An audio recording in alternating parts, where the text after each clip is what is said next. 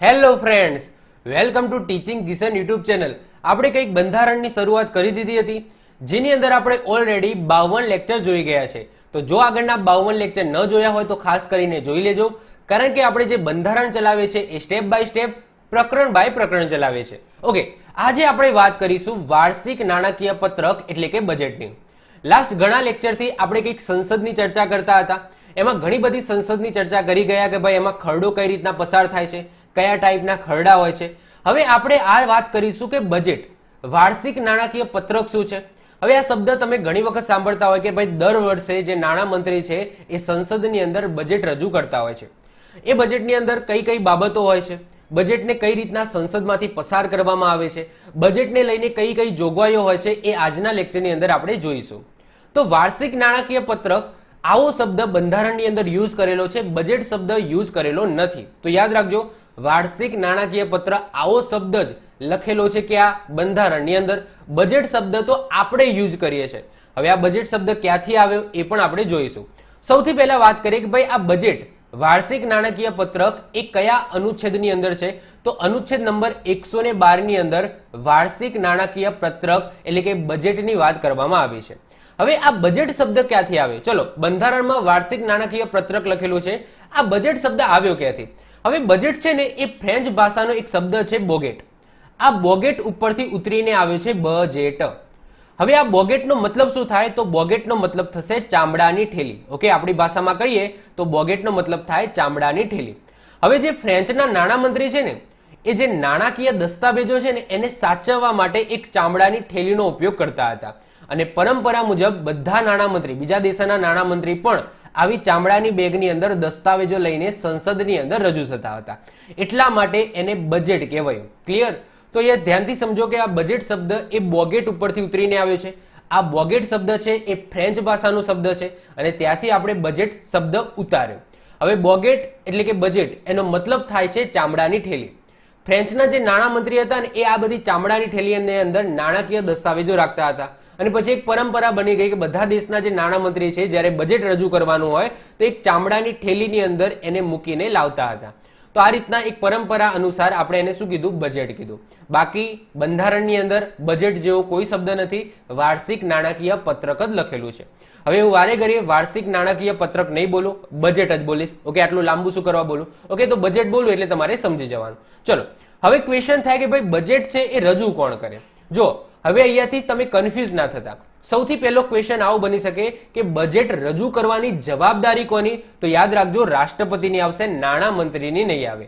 પરંતુ નાણામંત્રી એ રાષ્ટ્રપતિ વતી બજેટને સંસદની અંદર રજૂ કરશે। ફરીથી રિપીટ કરું છું, ક્વેશ્ચન એમ પૂછાય કે બજેટને રજૂ કરવાની જવાબદારી કોની? તો રાષ્ટ્રપતિની આવશે, પરંતુ રાષ્ટ્રપતિ વતી બજેટને કોણ સંસદમાં રજૂ કરે છે? તો નાણામંત્રી। ઓકે, તો આ માઇન્ડની અંદર રાખજો। હવે હું તમને એક થોડું ભૂતકાળમાં લઈ જાઉં અને ભૂતકાળમાં બજેટની થોડી વાત કરી લઉં। હવે 2016-17 પહેલા ભારત સરકારના બે બજેટ હતા, અત્યારે તો એક જ છે। ઓકે, દર વર્ષે લાવવામાં આવે છે, એક જ બજેટ હોય છે, પરંતુ 16-17 પહેલા બે બજેટ હતા। કેટલા હતા? બે બજેટ। હવે આ બે બજેટ ઓકે કયા કયા બે હતા? તો એક સામાન્ય બજેટ હતું અને બીજું રેલવે બજેટ હતું। મતલબ કે રેલવેનું બજેટ છે ને એ અલગથી આવતું હતું। અત્યારે રેલવેનું બજેટ એ અત્યારે જે મેઇન બજેટ છે એની અંદર જ ઇન્ક્લુડ કરી દેવામાં આવ્યું છે અને એક જ બજેટ આપવામાં આવે છે, એમાં રેલવેનું બજેટ પણ આવી જાય છે। પરંતુ પહેલા 2016-17 પહેલા બે અલગ બજેટ હતા, એક રેલવેનું બજેટ હતું અને રેલવે સિવાયની જે બાકીની બાબતો હોય એનું એક સામાન્ય બજેટ હતું। ક્લિયર? તો આ રીતના બે બજેટ હતા। હવે આ બે બજેટ શું બંધારણમાં લખેલું છે? મતલબ કે જ્યારે બંધારણ બન્યું એની અંદર બે બજેટની વાત કરેલી હતી? તો ના, જો આપણું જે મેન બંધારણ છે એની અંદર તો એક જ બજેટની વાત કરી હતી, પરંતુ આગળ જતા એકવર્થ સમિતિ આવે છે। આ એકવર્થ સમિતિ એવી ભલામણ કરે છે કે આપણે જે રેલવેનું બજેટ છે એને આપણે અલગ તારવવું પડશે, અલગ કરવું પડશે। તો એમની ભલામણથી 1921માં આ બંને બજેટો અલગ અલગ થયા। તો આપણા મૂળ બંધારણમાં તો એક જ બજેટની વાત કરી હતી, પછી એકવર્થ સમિતિએ એવી ભલામણ કરી કે રેલવેનું બજેટ અલગ રાખો અને સામાન્ય બજેટ અલગ રાખો। ક્યારે? 1921માં। તો આ અલગ પૂછાય કે ભાઈ અલગ કરવાની વાત ક્યારે થઈ, કઈ સાલમાં થઈ, અથવા તો ક્યારે અલગ થયા? તો 1921માં આવશે। પરંતુ ક્વેશ્ચન એવું પૂછાય કે અલગ અલગ બજેટ સૌથી પહેલી વખત સંસદમાં ક્યારે રજૂ કરવામાં આવ્યા? તો 1924માં રજૂ કરવામાં આવ્યા। જો ક્વેશ્ચન બે રીતના પૂછાય, અલગ ક્યારે થયા અને સંસદમાં આ અલગ બજેટ ક્યારે રજૂ કરવામાં આવ્યા? તો ક્વેશ્ચન એવો પૂછાય કે બજેટ છે, સામાન્ય બજેટ અને રેલવે બજેટ કઈ સાલની અંદર અલગ થયા? તો 1921. પણ ક્વેશ્ચન એવો પૂછાય કે સામાન્ય બજેટ અને રેલવે બજેટ સૌ પ્રથમ વખત અલગ અલગ રીતે સંસદમાં ક્યારે રજૂ થયા? તો 1924 આવશે. આ યાદ રાખજો. હવે કઈ રીતના આ બજેટને અલગ અલગ રીતના રજૂ કરવામાં આવતા હતા? તો જે રેલવે બજેટ છે ને એ રેલવે મંત્રી દ્વારા રજૂ કરવામાં આવતું હતું અને જે સામાન્ય બજેટ છે એ નાણાં મંત્રી દ્વારા રજૂ કરવામાં આવતું હતું. હવે જે રેલવે મંત્રી દ્વારા જે રેલવે બજેટ રજૂ કરવામાં આવતું હતું એ ફેબ્રુઆરીના 3જા અઠવાડિયાની અંદર રજૂ કરવામાં આવતું હતું અને જે સામાન્ય બજેટ છે, જે કેન્દ્રીય બજેટ છે, એ નાણાં મંત્રી દ્વારા ફેબ્રુઆરીના છેલ્લા દિવસોની અંદર રજૂ કરવામાં આવતું હતું. પરંતુ 2017-18 ની અંદર આ બંને બજેટને અલગ અલગ રજૂ કરતા, ઓકે, અલગ અલગ રજૂ ન કરતા એક સાથે રજૂ કરવાની પ્રણાલી શરૂ થઈ. મતલબ કે તમે સમજી શકો છો કે આ અલગ અલગ બજેટ છે એ કેટલા સમય સુધી અલગ રહ્યું?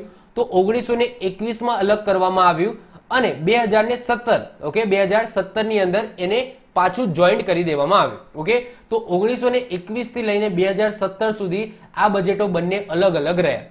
આના પહેલા એક જ બજેટ હતું અને અત્યારે 2017 પછી પણ એક જ બજેટ શું કરે છે? રજૂ કરવામાં આવે છે. ખાલી આ સમયમાં જ બે અલગ અલગ બજેટો કર્યા હતા. તો અત્યારે હાલ એક જ બજેટ રજૂ કરવામાં આવે છે જેમાં રેલવે અને સામાન્ય આ બંનેને મર્જ કરી દેવામાં આવ્યું છે. તો સાહેબ અત્યારે કયા સમયે, મતલબ કે ક્યારે આ બજેટ રજૂ કરવામાં આવે છે? તો યાદ રાખજો 1 ફેબ્રુઆરીએ.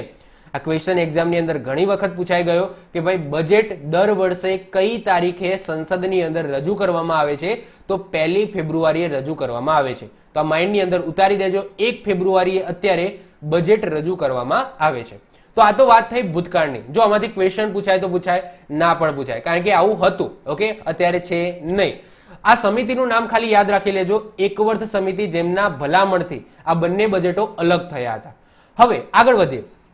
બજેટ, ભાઈ કીધું ભાઈ બજેટ છે એમાં કઈ કઈ બાબતનો સમાવેશ થશે? હવે જો બજેટને તમારે બહુ ડીપમાં ભણવું હોય ને તો ઇકોનોમિક્સ ભણવું પડે. ઇકોનોમિક્સ એ મારો સબ્જેક્ટ નથી. ઓકે, ભવિષ્યની અંદર ચલાવવું તો ઇટ્સ અલગ વસ્તુ છે, પણ આ બજેટને ડીપમાં આમ કહેવાય સ્ટેપ બાય સ્ટેપ તમારે ભણવું હોય કે એકચ્યુઅલી એની અંદર કઈ રીતના વસ્તુઓ મૂકવામાં આવે છે, તો એ ઇકોનોમિક્સની અંદર આવે છે. આપણે જે અત્યારે બજેટ જોઈશું એ બંધારણને અનુસાર જોઈશું. બંધારણમાં કઈ કઈ જોગવાઈઓ છે બજેટને લઈને એ બધી વસ્તુ ડિસ્કસ કરીશું. ઓકે, તો સમજીએ ભાઈ બજેટમાં કઈ કઈ બાબતનો સમાવેશ થાય છે. તો બજેટની અંદર આવક અને મૂડીની આવકનો અંદાજ નીકળે છે. હવે આવક અને મૂડીની આવક એટલે શું? હવે બે વસ્તુ હોય. એક આવક, આવકનો મતલબ શું? ટેક્સમાંથી કઈ કઈ ઇન્કમ થવાની છે. પછી સમજી લો પેટ્રોલ છે તો પેટ્રોલની અંદર પણ ટેક્સ લેવામાં આવે છે. હવે આ ટેક્સ એટલે કે જીએસટી ની વાત કરું છું. પેટ્રોલ એ જીએસટી ની અંદર નથી આવતો, તો એની અંદર અલગ ટેક્સ લેવામાં આવે છે. પછી ઇન્કમ ટેક્સ આવે છે. ઓકે, એ અલગ ટેક્સ આવે છે. એના પછી સમજી લો કે દારૂ, ઓકે, દારૂ પર પણ અલગ ટેક્સ આવે છે, એમાં પણ જીએસટી નથી, તો એ વસ્તુ પણ આખું અલગ આવે છે. તો જુદા જુદા ટેક્સ છે, એનાથી શું થાય છે? સરકારને આવક થાય છે. શું થાય છે? સરકારની આવક. તો એ કેટલી આવક થાય છે એની તમે રજૂઆત કરો. પછી મૂડીની આવક. હવે મૂડીની આવક એટલે શું? કે સમજી લો કે સરકાર દ્વારા કોઈકને લોન આપવામાં આવી હોય, ઓકે, તો એનું વ્યાજ મળતું હોય. ઓકે, તો લોનની આપણે સમજી લો કે મૂડી કહીએ તો એ મૂડીનું વ્યાજ મળવાનું છે, તો એ પણ વન ટાઈપ ઓફ આવક છે. સમજી લો કે સરકાર દ્વારા સ્ટેચ્યુ ઓફ યુનિટી છે, સ્ટેચ્યુ ઓફ યુનિટી ઊભું કરવામાં આવ્યું. પછી સ્ટેચ્યુ ઓફ યુનિટી જોવા માટે સમજી લો કે બધા શું કરે છે? ટિકિટ લે છે, તો એ ટિકિટની આવક હોય. તો એ પણ શું કહેવાય? કે આ જે મૂડી છે, સ્ટેચ્યુ ઓફ યુનિટી સમજી લો કે મૂડી છે, તો એને લઈને જે ટિકિટની ફી છે એ બધી ક્યાં જશે? સરકારના જોડે જશે. તો એવી પણ આવક હોય, તો એ મૂડીની આવક થશે. ઓકે, તો આવક અને મૂડીની આવક એનો અંદાજ હોય છે. પછી આવકના વધારાના માર્ગો અને અર્થ, મતલબ કે સમજી લો કે સરકાર છે એ ભવિષ્યની અંદર બીજા કયા કયા એવા માર્ગો અથવા તો એવી કઈ વસ્તુઓ અપનાવશે જેનાથી એમને ઇન્કમ થશે. ઓકે, તો એવા વધારાના માર્ગો અને અર્થ એની અંદર લખેલા હશે. પછી ખર્ચનો અંદાજ હશે કે ભાઈ સરકાર છે એ આ વર્ષની અંદર કેટલો ખર્ચો કરશે. ઓકે, આવક થાય છે તો ઓબ્વિયસલી યોજનાની અંદર ખર્ચો પણ કરે છે, ઘણી બધી જગ્યાએ ખર્ચો પણ કરે છે. જેમ કે સ્ટેચ્યુ ઓફ યુનિટી બનાવવું છે તો એના માટે ખર્ચો કરશે, કોઈ બીજો કોઈ પુલ બનાવવો છે, કોઈ બ્રિજ બનાવવો છે, કોઈ બંધ બનાવવો છે તો એનો ખર્ચ કરશે, કોઈ માર્ગ બનાવવો છે એનો ખર્ચ કરશે, શિક્ષા છે તો શિક્ષા પાછળ કેટલો ખર્ચ કરશે, મિલિટરી છે મિલિટરી પાછળ કેટલો ખર્ચ કરશે, તો એ ખર્ચનો અંદાજો હશે. પછી નાણાકીય ખર્ચની વાસ્તવિક રસીદો, ખર્ચની વિગતો અને વર્ષમાં ગયેલી કોઈ પણ ખોટ. હવે એક વસ્તુ તમે માઇન્ડની અંદર સમજી લો કે જે બજેટ રજૂ કરવામાં આવે છે ને એમાં એકચ્યુઅલી 3 વર્ષની વાત કરવામાં આવી હોય. ત્રણ વર્ષ કયા કયા? એક ગયું વર્ષ, એક પ્રેઝન્ટ વર્ષ અને એક ફ્યુચરનું વર્ષ એક્ઝામ્પલ દ્વારા સમજાવ્યું કે અત્યારે રિસેન્ટલી 2022-23 નું બજેટ રજૂ કરવામાં આવ્યું, ઓકે, આપણા નાણામંત્રી દ્વારા. હવે આ જ્યારે બજેટ રજૂ કરવામાં આવશે ને તો ગયા વર્ષ, ગયું વર્ષ એટલે કયું? તો 2021-22, ઓકે. તો એની કઈ કઈ રસીદો, આ જો આજે ચોથો પોઈન્ટ છે ને એ ગયા વર્ષ માટેનો છે, મતલબ કે નાણાકીય ખર્ચની વાસ્તવિક રસીદો, મતલબ કે 2021-22 જે સરકારે ખર્ચા કર્યા છે તો એની રસીદો હશે, એ કયા કયા ખર્ચા કર્યા એની વિગતો હશે, અને વર્ષમાં કોઈ ખોટ ગઈ હશે, આ વર્ષની અંદર કોઈ ખોટ ગઈ હશે તો એની પણ બાબતો હશે. પછી પ્રેઝન્ટ વર્ષ માટે જે પહેલા ત્રણ વસ્તુ લખેલી છે 1, 2, 3 એ પ્રેઝન્ટ વર્ષ માટેની છે કે ભાઈ આવક અને મૂડીનો અંદાજો, કારણ કે હજુ આપણે બજેટ રજૂ કરવામાં આવ્યું છે, હવે આ વર્ષે કેટલો ખર્ચો કરીશું એનો આપણે અંદાજો લાવી શકીએ. પછી ખર્ચનો અંદાજો પણ હોઈ શકે છે, અને વધારાના માર્ગો કયા કયા બીજા નવા માર્ગો સરકાર અપનાવશે જેનાથી એમને આવક થશે, ઓકે. તો આ પ્રેઝન્ટ વર્ષની વાત છે. એના પછી નેક્સ્ટ વર્ષ આવશે 2023-24, એ ફ્યુચરનું છે. તો એના માટે જો પાંચમો પોઈન્ટ છે એની અંદર ડિસ્કસ કરવામાં આવશે, જેમ કે આવતા વર્ષની આર્થિક અને નાણાકીય નીતિ, ઓકે. મતલબ કે સમજી લો કે કોઈ યોજના છે, કોઈ યોજના અથવા તો કોઈ સમજી લો કે કોઈ વસ્તુ છે જેમને સરકારે આ વર્ષની અંદર શરૂ થઈ. હવે આ વર્ષ છે એ ઓબ્વિયસલી ફ્યુચર એટલે કે આવતા વર્ષની અંદર પણ કન્ટિન્યુઅસ રહેશે, એટલે કે સમજી લો કોઈ વસ્તુ છે એ વસ્તુ બનાવી, હવે સમજી લો કે એ વસ્તુ આ વર્ષે બની પણ આની જે આવક છે એ આવતા વર્ષે થવાની છે, એટલે કે સમજી લો કે સ્ટેચ્યુ ઓફ યુનિટી છે એ 2022-23 ની અંદર સમજી લો ઊભું થઈ જશે, અને 23-24 આ સ્ટેચ્યુ ઓફ યુનિટી માંથી શું થશે? સરકારને આવક ઊભી થઈ જશે. તો એની વાત પણ અહીંયા કરશે સરકાર કે આવતા વર્ષે કેવી આર્થિક સ્થિતિ રહેશે, એટલે કે કઈ કઈ જગ્યાએથી સરકારને બીજા પૈસા આવશે આવતા વર્ષે, નાણાકીય સ્થિતિ કઈ કઈ યોજનાઓ છે એ યોજના અંતર્ગત આવશે, કઈ યોજનાઓ બહાર પાડવાની છે. પછી આવકની સંભાવના મેં જે વાત કરી એમ કે નવા વર્ષે આવતા વર્ષે આવકની સંભાવનાઓ કઈ કઈ રહેશે સરકાર જોડે, ખર્ચના કયા કયા કાર્યક્રમો રહેશે, કઈ કઈ નવી યોજનાઓ લાવવાની છે આવતા વર્ષે, પ્રોજેક્ટ કઈ નવા કઈક પ્રોજેક્ટ હશે, કોઈ બંધ હશે કે કોઈ કઈ પણ કઈક નવું પ્રોજેક્ટ હશે તો એનો પરિચય પણ આપવામાં આવશે. તો એક વસ્તુ યાદ રાખવાનું કે જ્યારે પણ બજેટ રજૂ કરવામાં આવે છે તો 3 વર્ષની અંદર બાબત કરવામાં આવે છે. એક ગયા વર્ષની ચર્ચા કરવામાં આવે છે, એક પ્રેઝન્ટ વર્ષની ચર્ચા કરવામાં આવે છે અને એક ફ્યુચરના 1 વર્ષની ચર્ચા કરવામાં આવે છે. ક્લિયર? તો આ વસ્તુ યાદ રાખજો. તો બજેટમાં આ બધી બાબતનો શું થશે? સમાવેશ કરવામાં આવશે. હવે વાત કરીએ બજેટને લઈને બંધારણીય જોગવાઈઓ. ઓકે, બજેટ તમને કહી દીધું કે વાર્ષિક નાણાકીય પત્રક, તો બંધારણ એને લઈને કઈ કઈ જોગવાઈઓ કરેલી છે એ જોઈએ. તો રાષ્ટ્રપતિ દર વર્ષે, ઓકે, બજેટ ક્યારે? દર વર્ષે રજૂ કરવામાં આવે.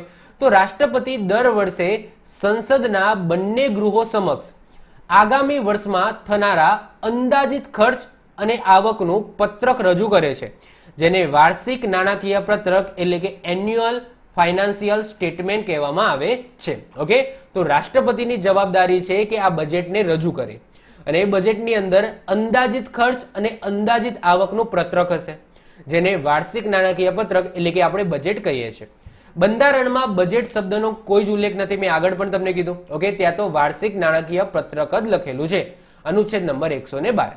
હવે બજેટ છે ને એ કોના દ્વારા તૈયાર કરવામાં આવે? શું રાષ્ટ્રપતિ જાતે લખશે? ના, બજેટ છે એ નાણાં મંત્રાલય દ્વારા બનાવવામાં આવે છે, અને રાષ્ટ્રપતિ વતી નાણાં મંત્રી એને લોકસભાની અંદર રજૂ કરે છે, કારણ કે એ રાજ્યસભામાં રજૂ થતું નથી. રાજ્યસભાની અંદર ચર્ચા માટે જશે, પરંતુ એને રજૂ ક્યાં કરવામાં આવશે? લોકસભાની અંદર જ રજૂ કરવામાં આવશે. તો અહીંયા બે બાબતો છે.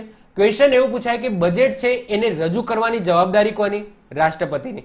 બજેટ કોણ બનાવશે? તો નાણાં મંત્રાલય. બજેટ કોણ રજૂ કરશે? તો નાણાં મંત્રી. ક્લિયર? તો આ યાદ રાખી લેજો. તો નાણાં મંત્રી એને લોકસભાની અંદર રજૂ કરશે. બજેટ લોકસભામાં જ રજૂ કરી શકાય છે. ક્લિયર? અથવા તો કરવામાં આવે છે. એવું નહીં કે ભાઈ રાજ્યસભામાં જતું નથી, રાજ્યસભામાં ચર્ચા માટે જાય છે, ભલામણ માટે જાય છે, પરંતુ એને પહેલા ગૃહમાં, કયા ગૃહમાં જ રજૂ કરી શકાય? તો લોકસભામાં જ રજૂ કરી શકાય છે. આગળ આપણે નાણાં ખરડાની વાત કરી હતી. નાણાં ખરડાના જેવું જ છે. નાણાં ખરડો એ લોકસભામાં જ રજૂ થતો હતો, તો બજેટમાં પણ નાણાંની જ લઈને કંઈક બાબતો છે, તો એટલે એનાથી તમને આઈડિયા આવી જાય કે બજેટ પણ ખાલી ને ખાલી લોકસભામાં જ રજૂ કરવામાં આવશે. બજેટમાં નાણાકીય વર્ષ 1 એપ્રિલથી 31 માર્ચ સુધી ગણવામાં આવે છે. હવે જો આ વર્ષ, જે મેં વર્ષની વાત કરી કે ભાઈ એન્યુઅલ ફાઇનાન્શિયલ સ્ટેટમેન્ટ એટલે કે વાર્ષિક નાણાકીય પત્ર, એમાં કઈ તારીખથી લઈને કઈ તારીખ સુધીને 1 વર્ષ કહેવામાં આવે છે? તો યાદ રાખજો, એવું નહીં કે 1 જાન્યુઆરીથી લઈને 31 ડિસેમ્બર સુધી વર્ષ. ના, આપણું જે એન્યુઅલ એટલે કે જે ફાઇનાન્શિયલ યર છે એ કયું ગણવામાં આવે છે? તો 1 એપ્રિલથી લઈને 31 માર્ચ સુધી ગણવામાં આવે છે. જો અહીંયા સિમ્પલ વસ્તુ છે કે ફેબ્રુઆરી છે એ ફેબ્રુઆરીની અંદર બજેટ છે ને રજૂ કરી દેવામાં આવે. હવે જો 1 એપ્રિલ આવે ને ત્યાં સુધી આ બજેટ છે ને એ બંને ગૃહમાંથી પસાર થઈને રાષ્ટ્રપતિની સાઇન થઈ જાય. રાષ્ટ્રપતિની સાઇન થાય ને એટલે કે બજેટની અંદર મતલબ કે સમજી લો કે જે બાબતો લખેલી છે એ સરકારની પાસ થઈ ગઈ અને પૈસા મળવાનું ચાલુ થઈ જશે. જે રીતના બજેટમાં જે રીતના પૈસા ફાળવેલા હશે એ રીતના સરકારને પૈસા મળવાનું ચાલુ થઈ જશે. એટલે કે જુઓ કે ફાઇનાન્શિયલ યર શરૂ થાય ને એના પહેલા જ બજેટ છે એને રજૂ કરીને પાસ કરી દેવામાં આવે છે. કારણ કે ફાઇનાન્શિયલ યર ક્યારે શરૂ થાય છે? 1 એપ્રિલથી શરૂ થાય છે. આ જે બજેટ છે એ રજૂ કરવામાં આવ્યું એ કયા વર્ષથી સ્ટાર્ટ થશે, કઈ તારીખથી સ્ટાર્ટ થશે? એમાં જે ખર્ચો લખેલો છે ને 1 એપ્રિલથી સ્ટાર્ટ થશે. ઓકે, તો એને આગલા દિવસ એટલે કે ફેબ્રુઆરી મહિનામાં શું કરવામાં આવે છે? રજૂ કરી દેવામાં આવે છે. અને ફેબ્રુઆરી એપ્રિલ આવતા તો એને શું કરી દેવામાં આવે છે? સંસદમાંથી પસાર કરીને રાષ્ટ્રપતિને સાઇન કરી દેવામાં આવે છે. એનો મતલબ શું કે સરકારે આ જે બાબતો બજેટમાં અંદર જે બાબતો લખેલી છે કે ભાઈ મારે આ વિભાગ માટે આટલા પૈસા જોઈએ, આના માટે આટલા પૈસા જવાય, રોડ બનાવવા આટલા પૈસા જોઈએ, પછી શિક્ષણ માટે આટલા પૈસા જોઈએ. ઓકે, તો આ બધી વસ્તુ સરકારની પાસ થઈ જાય 1 એપ્રિલ આવતા અને 1 એપ્રિલની આવતા સરકારને જે પૈસા લખેલા છે બજેટમાં એ સંચિત નિધિમાંથી મળી પણ જાય. ઓકે, અને સરકાર એનું કામ છે એ 1 એપ્રિલથી સ્ટાર્ટ કરી દે. ક્લિયર? તો આવું હોય છે. તો ફાઇનાન્શિયલ યર કયું કહેવાય છે? તો 1 એપ્રિલથી લઈને 31 માર્ચ સુધીનું ગણવામાં આવે છે. હવે બજેટ એ નાણાં ખરડા અને નાણાકીય ખરડાનું મિશ્ર સ્વરૂપ છે. ઓકે, તો આપણે એમસીક્યુ ની અંદર પૂછાય કે ભાઈ બજેટ એ નાણો ખરડો કહેવાય, નાણાકીય ખરડો કહેવાય કે નાણાં અને નાણાકીય ખરડો કહેવાય? તો નાણાં અને નાણાકીય ખરડાનું મિશ્ર સ્વરૂપ હોય છે એની અંદર. આગળ વાત કરીએ, રાજ્યસભા બજેટમાં સુધારો કે અસ્વીકાર કરી શકે નહીં. તો નાણાં ખરડાને લઈને જે જોગવાઈ હતી એ જ અહીંયા લાગુ પડે છે કે ભાઈ રાજ્યસભા છે એની અંદર બજેટ રજૂ કરવામાં આવશે, એના ઉપર ચર્ચા કરવામાં આવશે, એની ભલામણો છે એ ભલામણો આપશે, પરંતુ એની અંદર ચેન્જીસ નહીં કરી શકે, ના એનો અસ્વીકાર કરી શકશે. ફક્ત સલાહ આપી શકશે, ભલામણ આપી શકશે અને 14 દિવસની અંદર એ બજેટને લોકસભામાં પાછું મોકલવાનું રહેશે.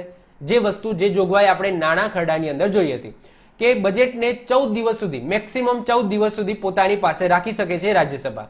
જો 14 દિવસની અંદર લોકસભાની અંદર પાછું ના કરે તો બજેટ છે એ ત્યાંથી પસાર થઈ ગયેલું ગણવામાં આવશે. ઓકે, બીજી વસ્તુ, જ્યારે લોકસભામાંથી પસાર થઈ જાય એટલે કે આ બજેટ છે એ સિમ્પલ વસ્તુ છે, પસાર થઈ ગયેલું ગણાશે, સીધું ક્યાં જતું રહેશે? રાષ્ટ્રપતિ પાસે જતું રહેશે. હવે જો કે કોઈ પણ પ્રકારના અનુદાનની માંગણી એ રાષ્ટ્રપતિની મંજૂરી વગર થઈ શકતી નથી. હવે એક્ઝામ્પલ તરીકે સમજો, હવે બજેટ છે કોઈ કારણસર લેટ પડ્યું, આ 1 ફેબ્રુઆરી આમ તો રજૂ કરી દેવામાં આવે છે અને એપ્રિલ આવતા 1 એપ્રિલ આવતા સમજી લો કે રજૂ થઈ જાય છે અને પસાર પણ થઈ જાય છે, પરંતુ સમજી લો કોઈ કટોકટી આવી અથવા તો કોઈ કારણસર એ બજેટ છે એ રજૂ થઈ શક્યું નહીં. ઓકે, લેટ પડ્યું. ઓકે, અને સમજી લો કે 1 એપ્રિલ આવી ગઈ. હવે 1 એપ્રિલે તો સરકારનું નવું વર્ષ ચાલુ થઈ ગયું. ઓકે, ફાઇનાન્શિયલ યર ચાલુ થઈ ગયું, તો પૈસા જે ખર્ચવાના છે એને ચાલુ કરી દેવા પડે. પણ હજુ બજેટ જ્યાં સુધી પાસ ના થાય ત્યાં સુધી સરકારને પૈસા ના મળે. તો અહીંયા સરકાર શું કરશે? તો સરકાર એ અનુદાનની માંગણી કરશે કે ભાઈ બજેટ રજૂ થાય છે ત્યાં સુધી અમને થોડા પૈસા આપી દો, અમે કામ ચાલુ કરીએ. ઓકે, તો એને શું કહેવાય? અનુદાન કહેવાશે. એને આપણે ડીપમાં ભણીશું, પણ એજ ઓફ નાવ તમે સમજી લો કે કોઈ પણ અનુદાનની માંગણી રાષ્ટ્રપતિની મંજૂરી વગર થઈ શકે નહીં. સંસદની મંજૂરી વિના સંચિત નિધિમાંથી પૈસા ઉપાડી શકાય નહીં. સંચિત નિધિ જેને એકત્રિત ફંડ પણ કહીએ છીએ. ઓકે, તો સંચિત નિધિમાંથી કોઈ પણ જાતના જો પૈસા ઉપાડવાના હોય તો એ સંસદની મંજૂરી વગર ઉપાડશે નહીં. રાષ્ટ્રપતિની મંજૂરી વગર કર સંબંધી કોઈ પણ ખરડો લોકસભામાં રજૂ કરી શકાય નહીં. ટેક્સ સંબંધી કોઈ પણ ખરડો હોય, ઓકે, જેમ કે સમજી લો ટેક્સ સંબંધી ખરડો એને નાણાં ખરડો કહેવામાં આવે. અને આગળ આપણે જોઈ ગયા હતા કે નાણાં ખરડાને લોકસભામાં રજૂ કરવું હોય તો રાષ્ટ્રપતિની પૂર્વ મંજૂરી લેવી પડે. તો એ જ વસ્તુ લખેલી છે કે રાષ્ટ્રપતિની પૂર્વ મંજૂરી વગર ટેક્સ સંબંધી કર સંબંધી કોઈ પણ ખરડો લોકસભાની અંદર રજૂ કરી શકાય નહીં. સંસદ કરને ઘટાડી કે નાબૂદ કરી શકે પણ વધારી શકે નહીં. જો સંસદને કેવી જોગવાઈ મળેલી છે કે સંસદ જોડે કોઈ ખરડો આવે છે ટેક્સને લઈને તો એ ટેક્સને ઘટાડી શકે અથવા તો એ આખો ખરડો છે એને નાબૂદ કરી શકે, પણ ટેક્સને વધારી ના શકે. સંસદ એ ચર્ચા વિચારણા કરીને એ ખરડાની અંદર ટેક્સ વધારી શકે નહીં. ઓકે, તો જે પણ મંત્રી કે જે પણ સભ્ય છે એમના દ્વારા સમજી લો કે કરને લઈને કોઈ ઘટાડા માટે અથવા તો કરને લઈને કોઈ ખરડો લાવવામાં આવે છે તો એમાં ટેક્સ વધારે પડતો હોય તો ઘટાડી શકે અથવા તો એને આખો નાબૂદ કરી નાખશે, પણ વધારી શકશે નહીં. આગળ વાત કરીએ, હવે આ ઇમ્પોર્ટન્ટ વસ્તુ છે, આને સમજો. બજેટમાં સમાવિત ખર્ચના અંદાજ ભારતીય સંચિત નિધિ પર લેવામાં આવતા ખર્ચ, જેને ભારિત ખર્ચ કહીશું, અને સંચિત નિધિમાંથી કરવામાં આવતા ખર્ચ, જેને અભારિત ખર્ચ, આ બંનેને અલગ બતાવવામાં આવશે. હવે જો જ્યારે બજેટ રજૂ કરવામાં આવે ને એમાં બે ટાઈપના ખર્ચા હોય. હવે ખર્ચા ઉપર જઈએ તો બજેટ છે, આ બજેટ. હવે આ બજેટમાં બે ટાઈપના ખર્ચા હશે, એક ભારિત ખર્ચ અને એક આવશે અભારિત ખર્ચ. હવે આ ભારિત ખર્ચ અને અભારિત ખર્ચ એટલે શું, તો એને આપણે હમણાં ડીપમાં ભણીએ છીએ, પણ એઝ ઓફ નાઉ તમે માઇન્ડમાં એટલું બેસાડી દેશો કે જે પણ બજેટ રજૂ કરવામાં આવે છે એમાં બે ટાઈપના ખર્ચા હોય. બે ટાઈપના ખર્ચા એનો ઉલ્લેખ કરેલો હોય. એક એક ભારિત ખર્ચ હોય અને બીજો હોય અભારિત ખર્ચ. ભારિત ખર્ચ એટલે કે સંચિત નિધિમાંથી લેવામાં, એટલે કે ફરજિયાત લેવામાં આવતો ખર્ચ, અને અભારિત એટલે કે કહેવાય કે જે વસ્તુ ફરજિયાત ના હોય, જેને મતદાનથી પસાર કરવાનું હોય સંસદમાંથી, તો એને અભારિત ખર્ચ કહેવામાં આવે. ભારિત ખર્ચની અંદર મતદાન ના થાય, ઓકે, અભારિતની અંદર મતદાન થાય. ઓકે, તો હમણાં આપણે ડીપમાં ભણીએ છીએ કે ભારિત ખર્ચ કોને કહેવાય અને અભારિત ખર્ચ કોને કહેવાય. પણ માઇન્ડમાં એટલું યાદ રાખજો કે બે ટાઈપના ખર્ચા હોય બજેટમાં, ભારિત અને અભારિત. ચલો, હવે તમારા માટે એક સિમ્પલ એવો ક્વેશ્ચન છે, અને આ રિસેન્ટલી જે બિન સચિવાલયની એક્ઝામ લેવાય એમાં પૂછાયેલો છે કે સંસદમાં કેન્દ્રીય બજેટને તૈયાર અને રજૂ કરવા માટે નીચેનામાંથી કોણ જવાબદાર છે. હવે મેં તમને આગળ કહી દીધું કે ભાઈ બજેટ છે ને એ બજેટ કોણ બનાવે, તો બજેટ છે એ નાણાં મંત્રાલય બનાવે. આટલું મેં તમને કીધું હતું. ઓકે, મંત્રાલય બનાવે આટલું મેં તમને કીધું હતું. પરંતુ નાણાં મંત્રાલય નાનું નથી, એની અંદર પણ ઘણા બધા વિભાગ છે. આ મંત્રાલય છે, આ મંત્રાલયની અંદર ઘણા બધા વિભાગો છે. તો ઘણા બધા વિભાગોમાંથી કયો વિભાગ બજેટ બનાવશે, ક્વેશ્ચન અહીંયા એવો પૂછ્યો છે.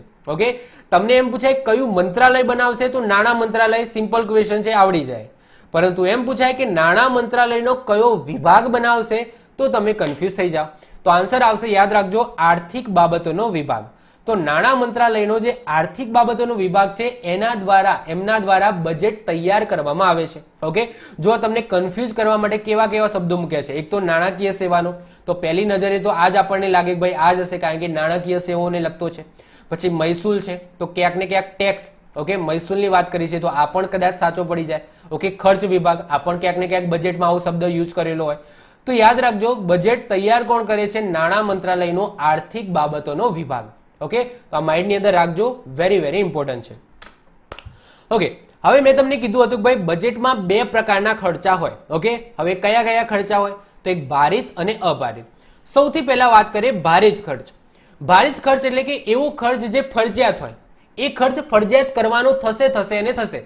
જેમ કે રાષ્ટ્રપતિનો પગાર. હવે રાષ્ટ્રપતિનો પગાર એ દર વર્ષે આપવાનો હોય જ છે. ઓકે, દર મહિને એને આપવાનો છે, અને દર વર્ષે સમજી લો કે રાષ્ટ્રપતિનો ખર્ચ છે એ આપવાનો જ થશે.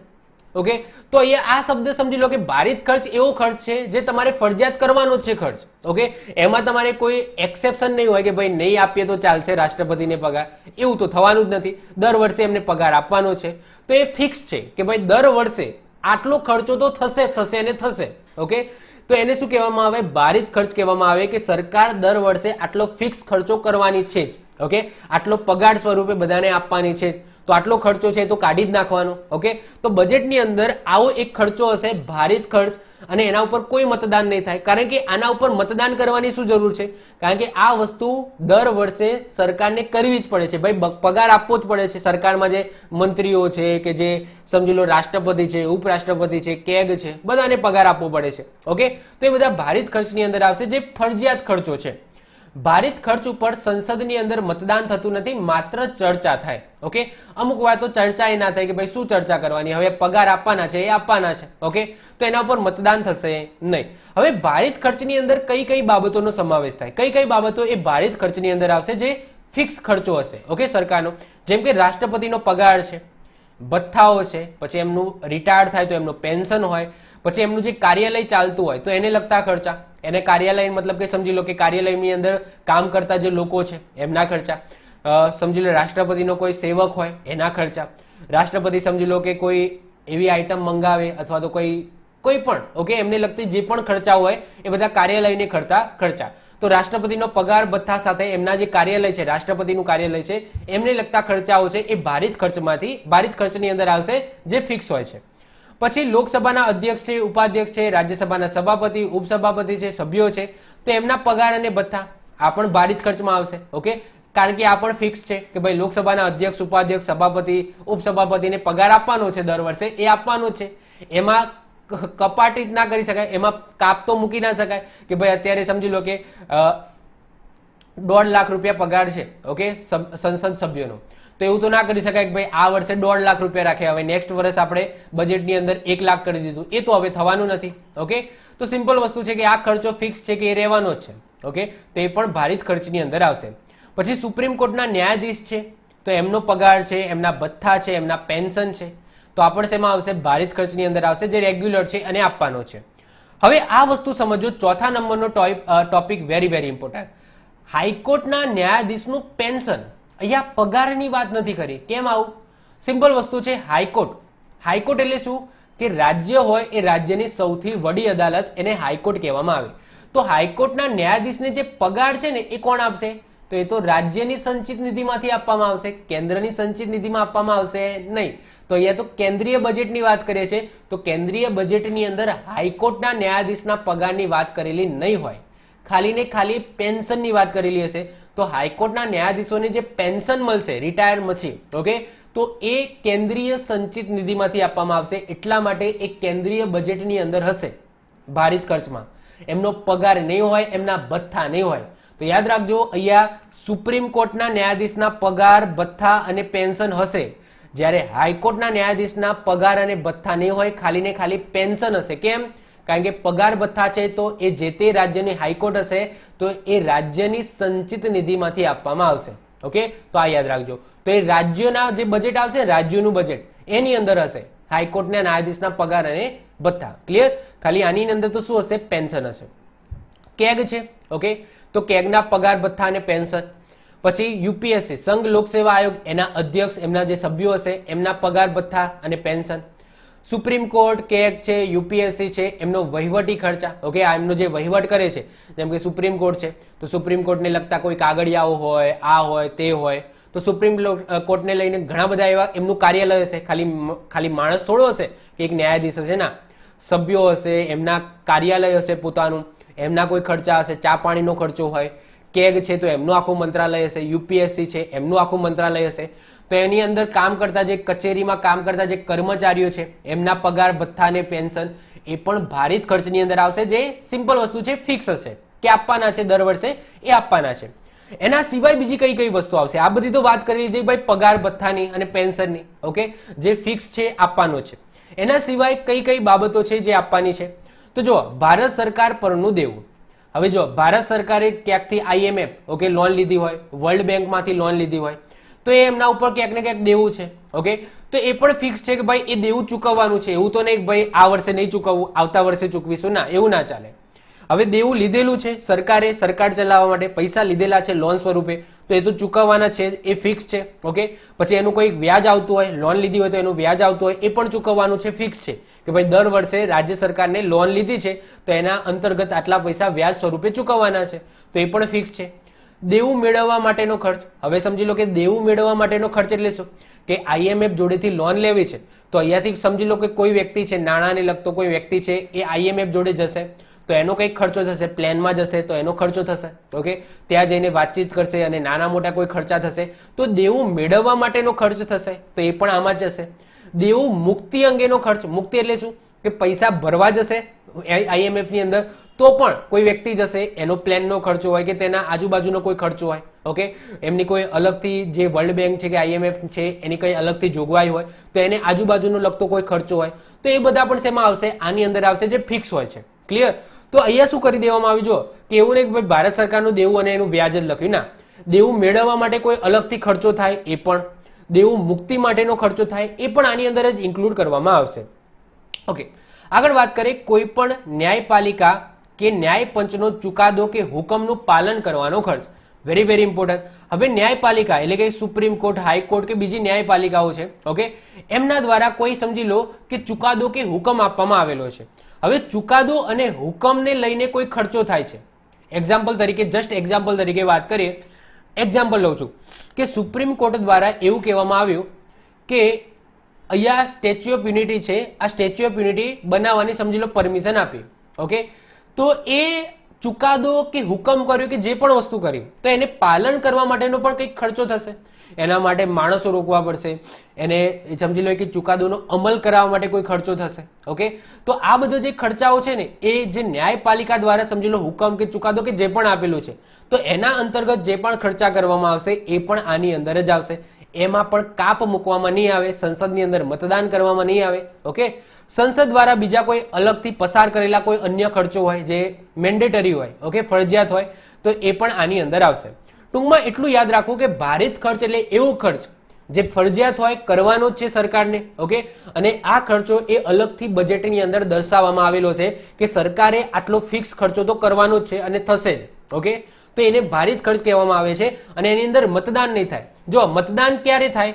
જ્યારે આ ખર્ચો છે એને ઘટાડવાનો હોય. ઓકે, પછી વાત વિવાદ કરવાનો હોય, પછી સમજી લો કે એ ખર્ચાને કદાચ બિનજરૂરી હોય. ઓકે, તો એવું હોય ને ત્યારે મતદાન થાય. પણ આ એવા ખર્ચા છે જે કરવાના જ છે. ઓકે, સરકારને, અને એના વગર છૂટકો જ નથી. ઓકે, તો એના ઉપર મતદાન થતું નથી, ખાલી ચર્ચા કરી શકાય છે. તો આને ભારિત ખર્ચ કહેવામાં આવે. હવે બીજો આવે છે અભારિત ખર્ચ. એનાથી આખું ઉલટું. અભારિત એટલે કે ફરજિયાત ન હોય એવો ખર્ચો. ફરજિયાત ન હોય એવો ખર્ચો. જેમ કે અભારિત ખર્ચ એ સંસદમાંથી પ્રસ્તાવ સ્વરૂપે મૂકવામાં આવે. પહેલા તો ઓકે, પ્રસ્તાવ સ્વરૂપે મૂકવામાં આવશે જેમાં પર ચર્ચા થાય છે, વાત વિવાદ થાય છે અને છેલ્લે મતદાન થાય છે. તો આ યાદ રાખજો, જે અભારિત ખર્ચ હોય ને એમાં વાત વિવાદ થાય બે પક્ષો વચ્ચે, ચર્ચા થાય અને પછી મતદાન થાય. અને મતદાનની અંદર જો એ પ્રસ્તાવ છે એને સ્વીકારવામાં આવે બહુમતી દ્વારા તો જ આ ખર્ચો છે એને માનવામાં આવશે. બાકી આ ખર્ચો છે એને રદ કરી દેવામાં આવશે બજેટમાંથી. એક્ઝામ્પલ તરીકે વાત કરીએ કે જે મંત્રી છે એ મંત્રીએ બજેટની અંદર, ઓકે, સમજી લો કે સ્ટેચ્યુ ઓફ યુનિટી છે, એ સ્ટેચ્યુ ઓફ યુનિટી બનાવવા માટે એક્ઝામ્પલ તરીકે લઈ લો કે 100 કરોડનો ખર્ચો બતાવ્યો. ઓકે, 100 કરોડનો ખર્ચો બતાવ્યો. હવે જે વિપક્ષ હશે એ વિપક્ષ તરત ઉભો થશે. ઓકે, કે હો કે સ્ટેચ્યુ ઓફ યુનિટી બનાવવા માટે 100 કરોડનો ખર્ચો થશે. ઓકે, સરકાર આટલા બધા કઈ રીતના ફાળવશે? ઓકે, આ જસ્ટ એક્ઝામ્પલ લઉં છું. કે 100 કરોડ એટલે તમે માની ના લેતા, તો જસ્ટ એક્ઝામ્પલ લઉં છું કે ભાઈ સ્ટેચ્યુ ઓફ યુનિટી બનાવવા માટે એવું બજેટની અંદર લખ્યું કે ભાઈ 100 કરોડ અમારે જોઈએ છે. ઓકે, તો વિપક્ષ વાળા ઉભા થશે અને કહે છે કે ભાઈ 100 કરોડ તો ના મળે. ઓકે, પછી આ જે મંત્રી છે એ વિવાદ કરશે, વાત વિવાદ કરશે કે ભાઈ 100 કરોડ અમારે જોઈએ છે. એમાં સમજી લો કે એમાં સ્ટીલના સળિયા છે એનો આટલો ભાવ છે, પછી એમાં જે કોન્ક્રીટ જોશે એનો આટલો ભાવ છે, પછી એમાં ઈંટો જોશે કે જે પણ વસ્તુ જશે એનો આટલો ભાવ છે, અને આ કરીને અમે અંદાજ કાઢ્યો છે કે 100 કરોડ જોશે. વિપક્ષના મંત્રી આવશે, કહેશે કે ભાઈ તમે જે આ કોન્ક્રીટ છે તમે આ દેશમાંથી ઇમ્પોર્ટ કરો અથવા તો આ જગ્યાએથી ઇમ્પોર્ટ કરો, ત્યાં સસ્તું પડશે. પછી આ જે સ્ટીલ છે એ સ્ટીલ તમે અહીંયાથી લાવો, અહીંયા આટલો ભાવ ચાલે છે, ત્યાંથી અહીંયાથી સસ્તું પડશે. તો આ 100 કરોડ છે, કદાચ લખ્યા હોય 100 કરોડ અને પાસ પછી વાત વિવાદના અંતે પાસ કદાચ 75 કરોડ જ થાય. ઓકે, એવું થઈ શકે કે સરકાર છે એના ઉપર જે વિવાદ થાય અને એની અંદર સમજી લો કે 25 કરોડ છે પાસ ના થાય, 75 કરોડ જ પાસ થાય. ઓકે, તો આ કેવી બાબત છે? ફરજિયાત નથી બાબત. પછી અહીંયા આ એઝ અ પ્રસ્તાવ 100 કરોડ એઝ અ પ્રસ્તાવ તરીકે મૂકવામાં આવશે કે ભાઈ સ્ટેચ્યુ ઓફ યુનિટી બનાવવા માટે 100 કરોડ જોઈએ છે. પછી વાત વિવાદ થાય, ચર્ચા થાય અને ચર્ચાના અંતે પછી નક્કી થશે કે ભાઈ ના 100 કરોડ તો તમને નહીં મળે, સ્ટેચ્યુ ઓફ યુનિટી બનાવવા માટે 75 કરોડ મળશે. ઓકે, તો આને શું કહેવામાં આવે? તો આવા જે ખર્ચો હોય ને અભારિત ખર્ચ કહેવામાં આવે. અને આની અંદર મતદાન થાય છે કે કેટલા લોકો સમજી લો કે 100 કરોડની અહીંયા મૂડી રાખેલી છે તો કેટલા લોકો આમાં એગ્રી છે. ઓકે, અને કેટલા લોકો આમાં ડિસએગ્રી છે. જો ડિસએગ્રીની બહુમતી વધારે હશે તો આ જે 100 કરોડ છે આપવામાં આવશે નહીં, બજેટની અંદર નહીં આપવામાં આવે. ક્લિયર? ચલો, સંસદ દ્વારા અભારિત ખર્ચને વધારી કે ઘટાડી શકાય છે. જેમ કે મેં વાત કરી કે 100 કરોડ છે એના 75 કરોડ પણ કરી શકાય છે સંસદ દ્વારા. આ ઉપરાંત નેતા એના ઉપર કાપ પ્રસ્તાવ પણ મૂકી શકે છે. હવે કાપ પ્રસ્તાવ શું છે એવું તમને કહીશ આગળ. ત્રણ ટાઈપના કાપ આવે છે એ હું તમને આગળ ડિસ્કસ કરીશ. તો કાપ પ્રસ્તાવ પણ એની અંદર મૂકી શકે. એટલે કે 100 કરોડ છે તો 100 કરોડ નહીં મળે, એમાંથી 75 કરોડ એટલે કે કાપ મૂકો. ઓકે, કાપ 3 પ્રકારના હોય હું તમને આગળ વાત કરીશ. પછી પગાર ભથ્થા સિવાયના બજેટમાં, ઓકે, આ પગાર ભથ્થા શેમાં આવી જશે? તો ભારિત ખર્ચમાં આવશે. તો એના સિવાયના બજેટમાં, ઓકે, આવતા નાણાંનો સમાવેશ અભારિત, ઓકે, બજેટની અંદર ફાળવવામાં આવતા નાણાંનો સમાવેશ અભારિત ખર્ચમાં થાય છે. એટલે કે પગાર ભથ્થા છે ને એ ભારિત ખર્ચમાં આવી જશે. મેં આગળ વાત કરી જે ફિક્સ હોય છે આપવાનો જ હોય છે. એની સિવાયની જેટલી પણ બાબતો છે ને એ બધી કેમાં આવશે? અભારિત ખર્ચની અંદર આવી જશે, જેની અંદર મતદાન થાય. તો આઈ હોપ સો ભારિત ખર્ચ અને અભારિત ખર્ચમાં શું ફરક છે એ તમને ખ્યાલ આવી ગયો હશે. તો યાદ રાખજો, સંસદમાં બે ટાઈપના ખર્ચા હોય, ભારિત અને અભારિત ખર્ચ. હવે હું છેલ્લે એક વસ્તુ, એક વ્યાખ્યા તમને સમજાવી દઈશ, ખાતા વહી. હવે આવો શબ્દ ક્યાંક ને ક્યાંક તમે સાંભળ્યો હશે, ખાતા વહી. હવે આ ખાતા વહી શબ્દ હમણાંનો જ આવેલો છે. હવે જો જ્યારે અરુણ જેટલી સાહેબ હતા ને, તો જે પરંપરા હતી કે ભાઈ જે સંસદની અંદર જે બજેટ રજૂ કરવાનું હોય ને, એ આ રીતના ચામડાની બેગ હોય, આ ચામડાની બેગની અંદર બજેટ રજૂ કરતા હતા. ઓકે, સિમ્પલ છે. હવે અત્યારે જ્યારે નાણામંત્રી ચેન્જ થયા હતા 2019-20, ત્યારે કોણ આવી ગયા? નિર્મલા સીતારમણ. અત્યારે કોણ છે? નિર્મલા સીતારમણ. હવે જ્યારે નિર્મલા સીતારમણ જ્યારે નાણામંત્રી બન્યા હતા અને એ જ્યારે બજેટ રજૂ કરતા હતા, ત્યારે એ શું કરતા હતા? આવી કોઈ સુરકેસ છે, એ સુરકેસની અંદર બજેટ નતા લાવતા. એ શેમાં લાવતા હતા? એક આવું લાલ કલરનું કપડું છે વીંટાળેલું, ઓકે, એના ઉપર જે ડોક્યુમેન્ટ છે, ડોક્યુમેન્ટ ઉપર લાલ કલરનું કપડું વીંટાળેલું હતું. અને ત્યાં અહીંયા એક સિમ્બોલ તમને જોવા મળશે, એ છે આપણો અશોક ચક્ર, ઓકે, જે આપણું રાષ્ટ્રીય પ્રતીક છે. તો આ જે વસ્તુ છે ને, તો આને જ કહેવામાં આવે છે ખાતા વહી. શું કહેવામાં આવે છે? ખાતા વહી. તો આ ખાતા વહી છે. પછી જેમ જેમ સમય વીતતો ગયો, તો અત્યારે રિસેન્ટલી જે 2022-23નું જે બજેટ રજૂ થયું, તો આનું થોડું અપડેટેડ વર્ઝન આવી ગયું છે. ઓકે, આ જે કપડું હતું એ કપડાની જગ્યાએ એક પ્રોપર બેગ બનાવી દેવામાં આવી લાલ કલરની, અને એમાં આ રીતના અશોક ચક્ર છે મૂકવામાં આવ્યું. ઓકે, તો આ જે શું છે? ખાતા વહી છે. મતલબ કે આ ખાતા વહી કઈ બીજું કઈ નથી, પણ જે સુરકેસ હતી ને, એ સુરકેસનો જે કહેવાય કે પરંપરા હતી, એને કાઢી નાખી નિર્મલા સીતારમણે, અને આ ટાઈપનું એક લાલ કલરના કપડું અથવા તો લાલ કલરની એક બીજી એક બેગ રાખી દીધી, જેના ઉપર અશોક ચક્ર હોય. અને આને જ શું કહેવામાં આવે છે? તો આને જ કહેવામાં આવે છે ખાતા વહી. ચલો વાંચી લઈએ. તો નાણામંત્રી નિર્મલા સીતારમણ દ્વારા કેન્દ્રીય બજેટ 2019-20 થી એમના પરંપરાગત જે બજેટ બ્રીફકેસ હતું, આ પરંપરાગત શું હતું?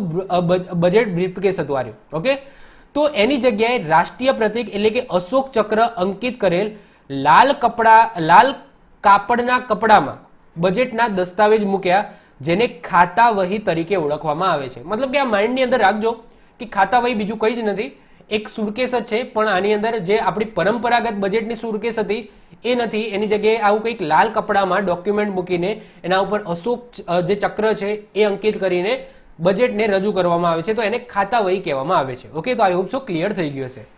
તો આ સાથે આપણો આજનો લેક્ચર પૂરો થાય છે.